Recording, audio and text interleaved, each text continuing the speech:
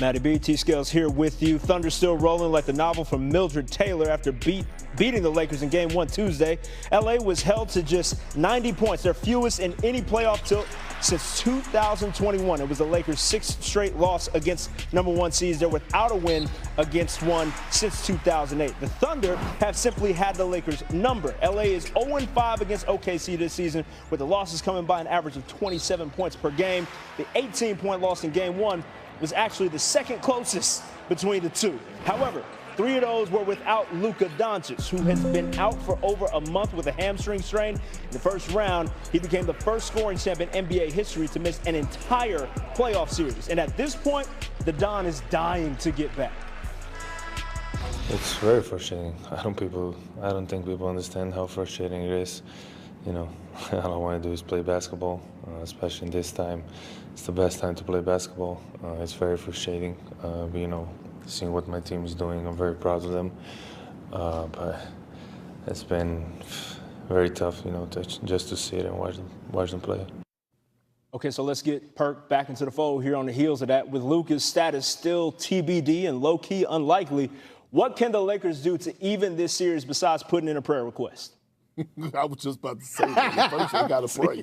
They got to pray. Second of all, look, they got to find a way to score some points. LeBron James did his part, and I understand you're going against an all-time great defensive team, but Marcus Smart and Austin Reeves, they combined 7 for 31 from the field. And that's not going to cut it, especially against the champs. I understand Marcus Smart, look, he has the assignment of guard SGA. He's picking them up 94 feet. But at this moment, this is an audition for Austin Reeves, right? This is a moment to show why he should be considered a franchise guy moving forward in the near future. This is a big stage. Is he ready to dance or not?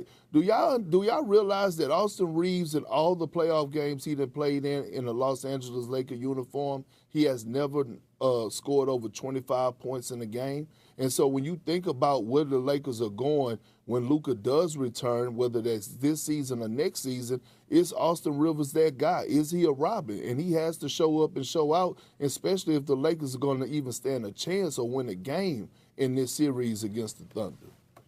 It's going to be an interesting series. So let's pivot to the East. We got to start with this Cavs-Pistons series. Despite the Cavs making it interesting late, Detroit showing that they're the 1 seed, got the Game 1 win. But, Perk, where do the Cavs need to improve in Game 2 to even the series?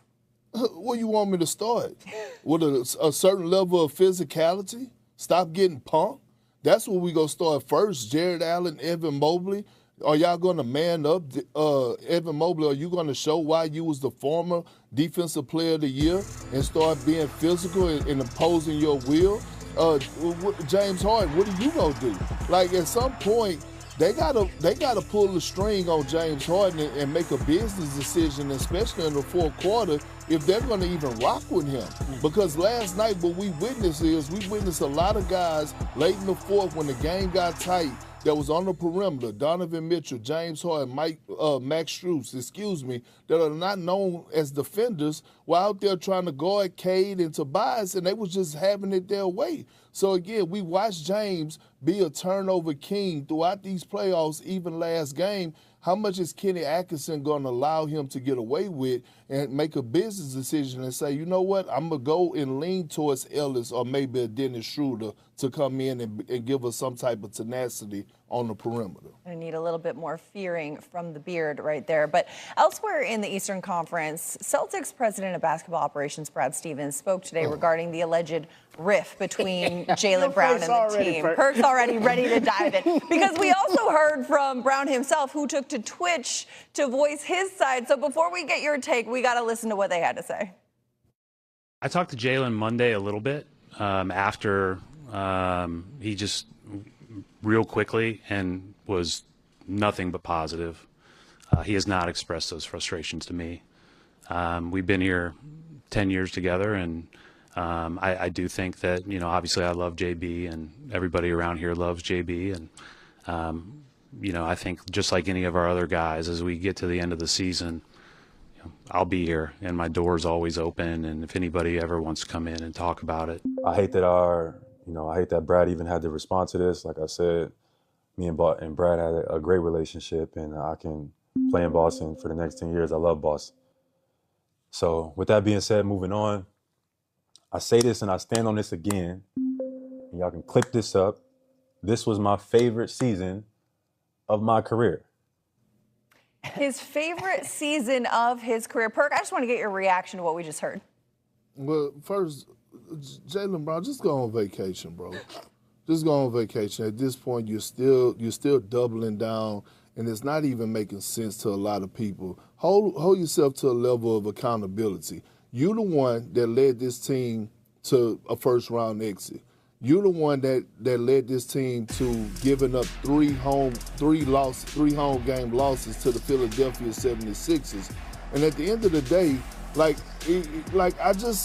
this doesn't help anything. And this is my problem with a lot of guys that are still playing that decide to go in the streaming or podcast space, because you don't know how you could affect the organization, the locker room, wherever it may be. Now, I also did listen to some of the past streams that Jaylen Brown has done throughout the course of the season, and I know he kept promising the fans that, hey, Jason Tatum is going to come on one day. Well, we have yet to see Jason Tatum. And saying comments like this, this is his favorite season, especially with a season that he won a championship and finals MVP, it just sends a bad message and give bad energy to the whole entire Celtic organization. Perk telling that man to take 1, 2, 3 Cancun seriously. I get it. On that in a bit, but first, game 2, Timberwolves, Spurs. Spurs down 1 game to them, but keep this in mind. They're 7-0 in home game 2s after losing game 1. This is all since 2003. Anthony Edwards, he's there, coming off the bench. Early first quarter, we're talking so early that there's no score. Rudy Gobert decides to not shoot over Wemby, turn it over, and then that happens. Wemby. The aggression with which he came flying in perhaps set the tone, because that was the first basket of the game. Then Wemby again, just on a mission early. Spurs up 11-7 after the made free throws. Now, Edwards flashing the 3. That is the 1-3 he made this game, 1 of 5. Talking some you-know-what. He had 12 points. It was a quiet night for him and, honestly, the rest of the team. Final seconds of the first. De'Aaron Fox over Gobert. It was 24-17 after 1. In the second, more Wemby. Misses. Gets it himself. It's now 28-19. Spurs now up 33-24. This time it's De'Aaron Fox. Shot 2, made 2. The lead's going to get more out of hand from there. Wemby. He can hit that 3 as well. 11 points, 5 of 17 field goals in game 1. But goes for 14 on 6 of 9 in the first half of game 2. Do you think he came out and said it ain't going to be the same? Devin Vassell. Miss. Dylan Harper. Put back. Spurs up 18. Harper burying his own 3. The Spurs outscored the Timberwolves by 17 in the second. It was 59-35 at the break. Vassell. Quick 3. Catch and shoot in midair. No dip 3. No dip. 64-35. Vassell, by the way, 10 points. We're just showing you flashier ones. It was 70-45 after he turned that into a 4-point play. How about Stephon Castle? He's making moves. That didn't look easy. And the foul. He had 21 points. Spurs are rolling. Don't worry about the score. Not right now. Spurs up 82-55. Darn it, I didn't mean to say the score. Didn't mean to. Fox pumping it away from Julius Randle. Spurs in transition. It's Julian Champagnie hitting that 3. He had 12 points. The lead is now 30. Wemby had 19, 15 rebounds, 2 blocks. Didn't have to play much. Spurs win this one easily, 133-95. This series is now even. Important to protect home court, and obviously we gave that away in game 1, so tonight was enhanced in that regard. And I thought the guys did a good job of playing with that appropriate urgency. Yeah, of course, we're going to keep doubling up on what worked, and a few things that didn't, we're going to erase them.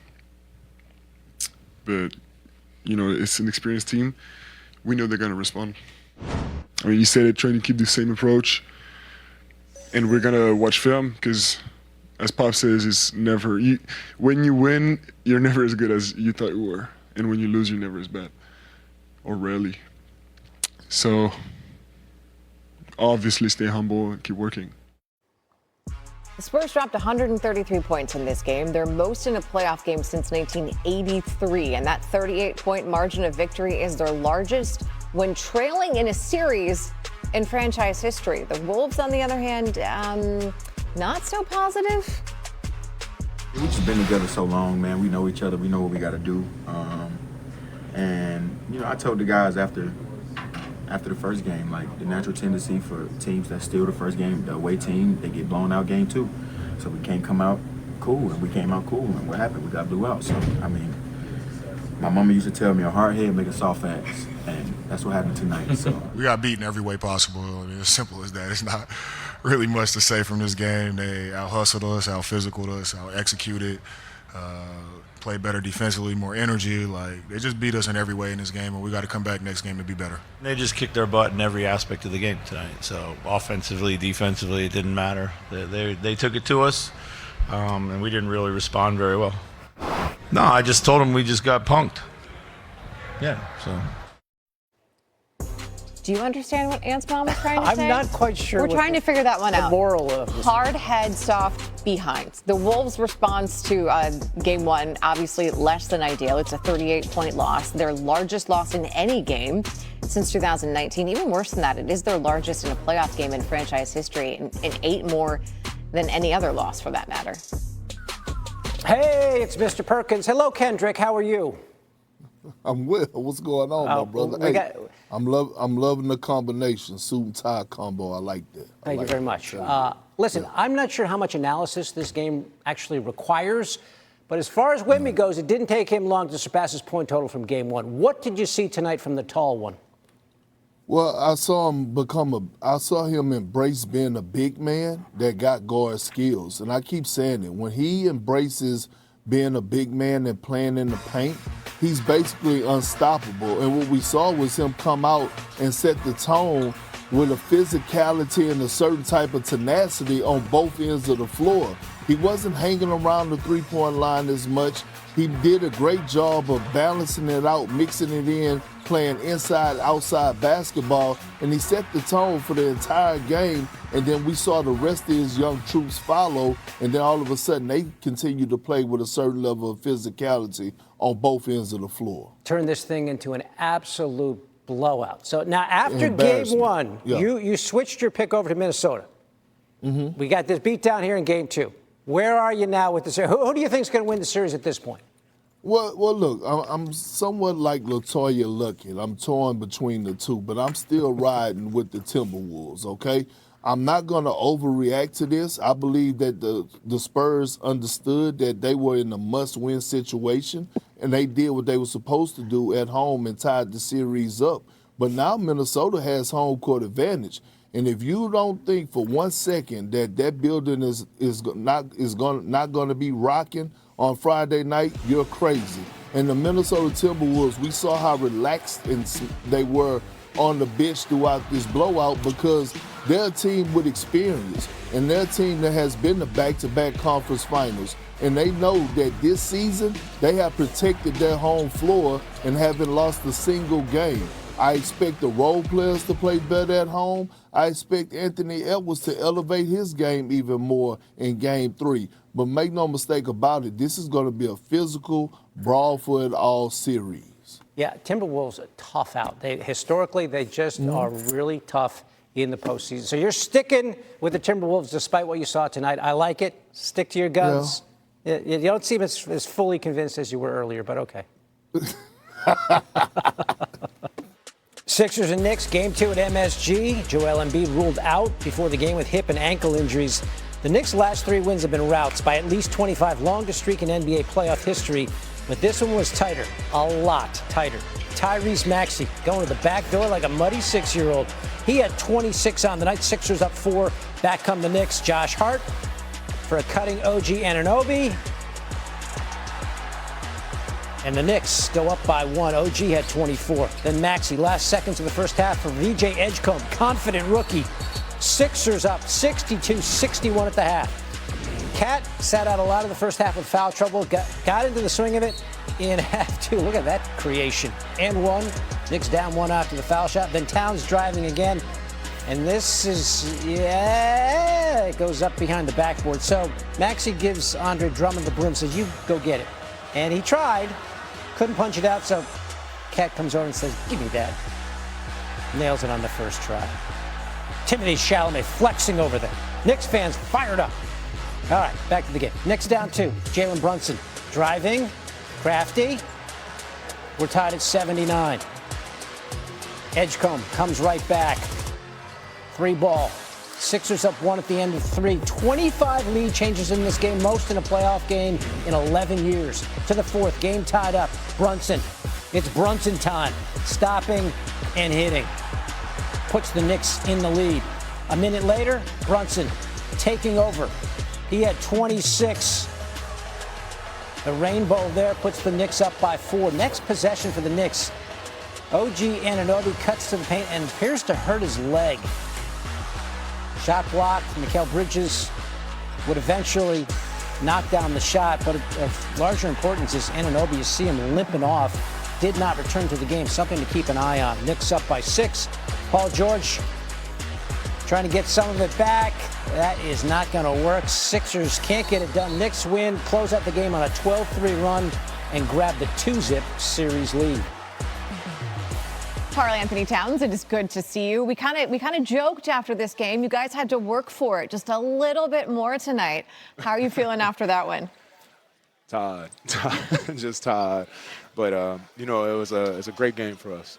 A game that I think we needed. And when you're playing a great opponent like the Philly, these are the games that help us grow. And for us to find a way to win tonight speaks volumes about everyone in that locker room. Okay, so what is it when you play 3 games in a row and you're winning by north of 25 in those games, and then you have a game like you did tonight? What is something that you take away from this game that you can apply to the next game?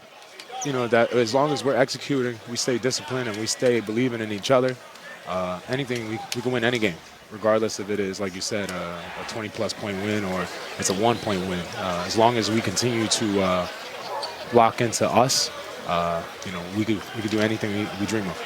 I want you to walk me through essentially like the last 7 or so minutes of the game, because you guys were actually down 3, and then you went on that 9-0 run. What led to that? I mean, just one, our defensive intensity rose to another level, and I thought we got some stops, and we did a great job of making shots difficult for them. We finished those plays with rebounds. It's something that I feel like first half was something we didn't do too well. And, of course, you know, we made shots at the end when we really needed them, especially when you got Jalen Brunson. You know, you have a good chance of making those shots in the last 7 minutes. Oh, yeah, we heard those MVP chants throughout the night, particularly at the very end of the game there. For you, kind of the tale of 2 halves. I mean, the first half there was a little bit of foul trouble, but you really sort of found the groove in the second half. What was it for you? I played. I mean, simple. I played, just trying to be more disciplined, still keep that physicality, that aggression on defense, but just be a little more disciplined and, you know, do whatever it takes to help my team win. And, you know, I wanted to, with the rest, I guess you could say I got in the second quarter, wanted to come out and be that energy spark plug for our team in the third, and I was able to impact winning, which is the most important thing. Okay, so there was this, outside of the game, there was this fun moment with you and Andre Drummond. Drummond was trying to get the ball knocked loose at one point and was struggling, and then you went out there and boom, done, took care of it, easy peasy. What was said between the two of you?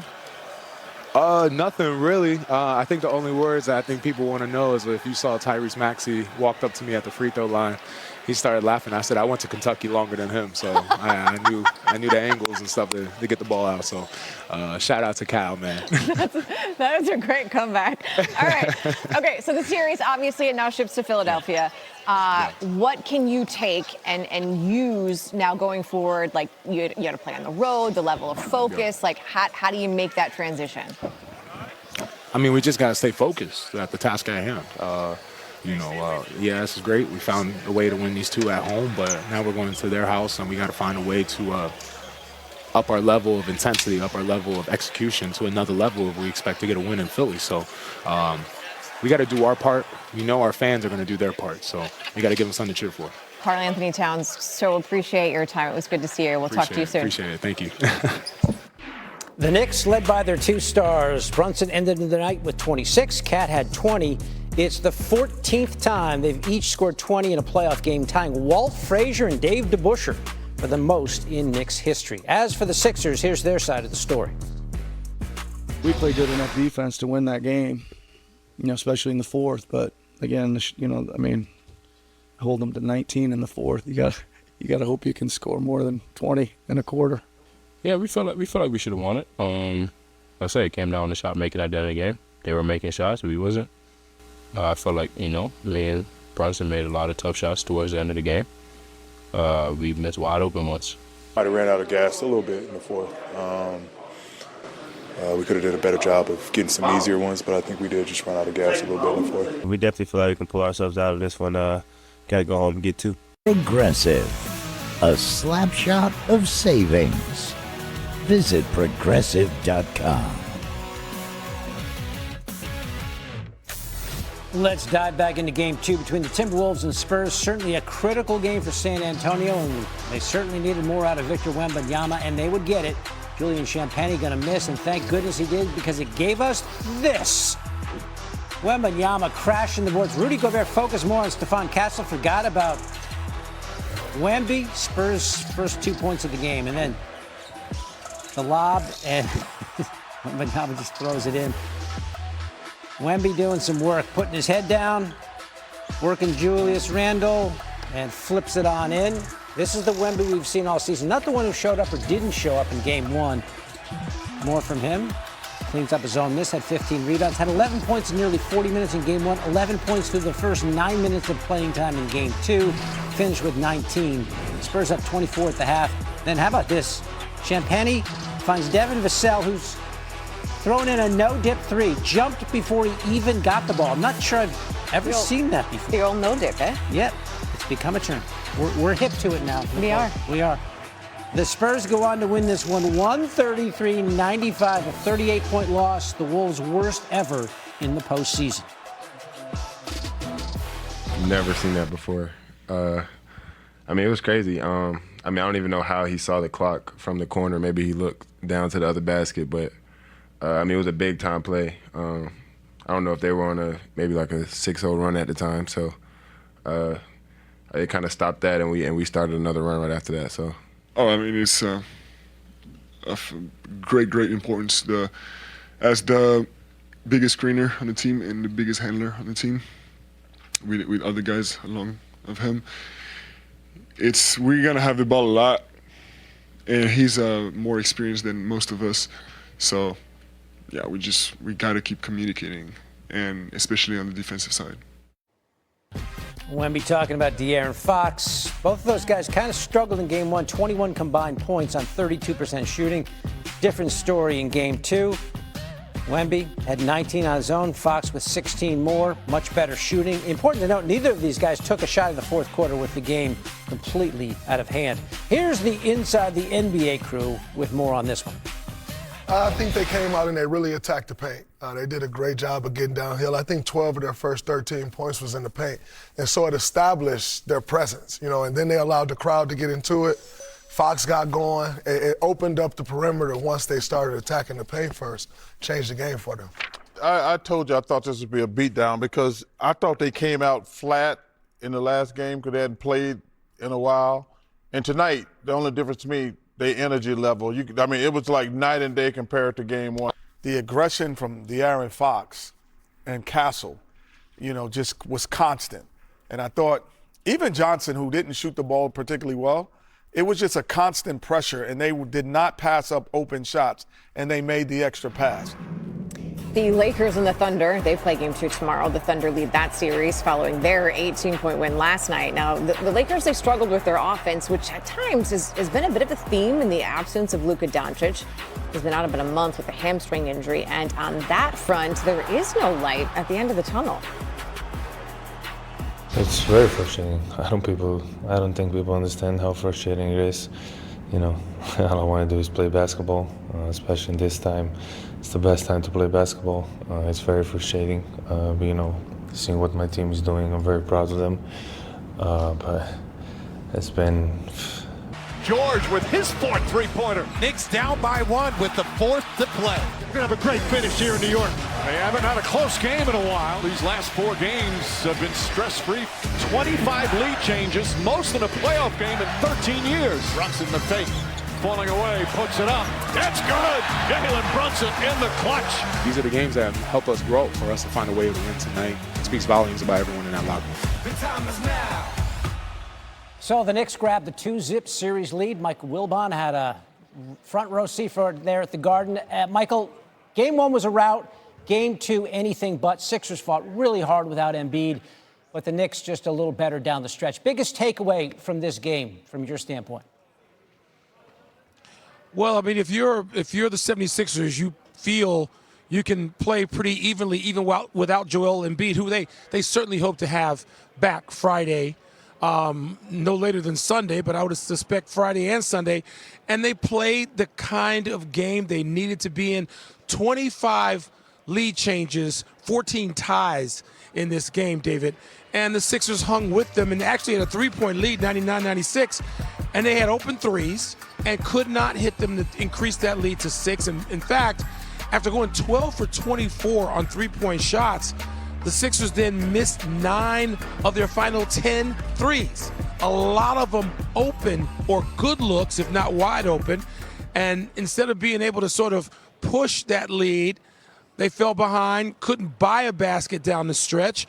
And that's pretty much what happened. I mean, they kept Jalen Brunson under relative control, although OG Anunoby played brilliantly for the Knicks. And it was just a back-and-forth game that 25 lead changes and 14 ties would suggest. You wonder if the Sixers got a little leg weary. They had 4 starters play 40 minutes plus. So Philly now finds itself in a 2-zip hole. How do they get back in this series, Michael, Friday night at home? Well, they're going to need everybody else to play like they did in Game 2 here. And they're also going to need, if they get Joel Embiid, and there's, plenty of speculation, as the Sixers were coming off the floor, that's what players are being asked. And they have no way of knowing, because probably Joel Embiid and the training staff have no way of knowing what's going to happen yet. I would suspect they're at least encouraged about Friday to get their best player back. But remember, he only played in 4 games in the Boston series, and they wound up winning that, but dropping down 2-0 to the Knicks, who are at a stage right now where the Celtics were even in that series. Is still, we're all going to go into the weekend wondering what's going to happen with Joel Embiid, his health, and whether he can take the floor Friday and or Sunday. Yeah, some intrigue there. Michael giving us some insight after a tight back-and-forth game tonight, but ultimately the same result as Monday, the Knicks holding serve at home.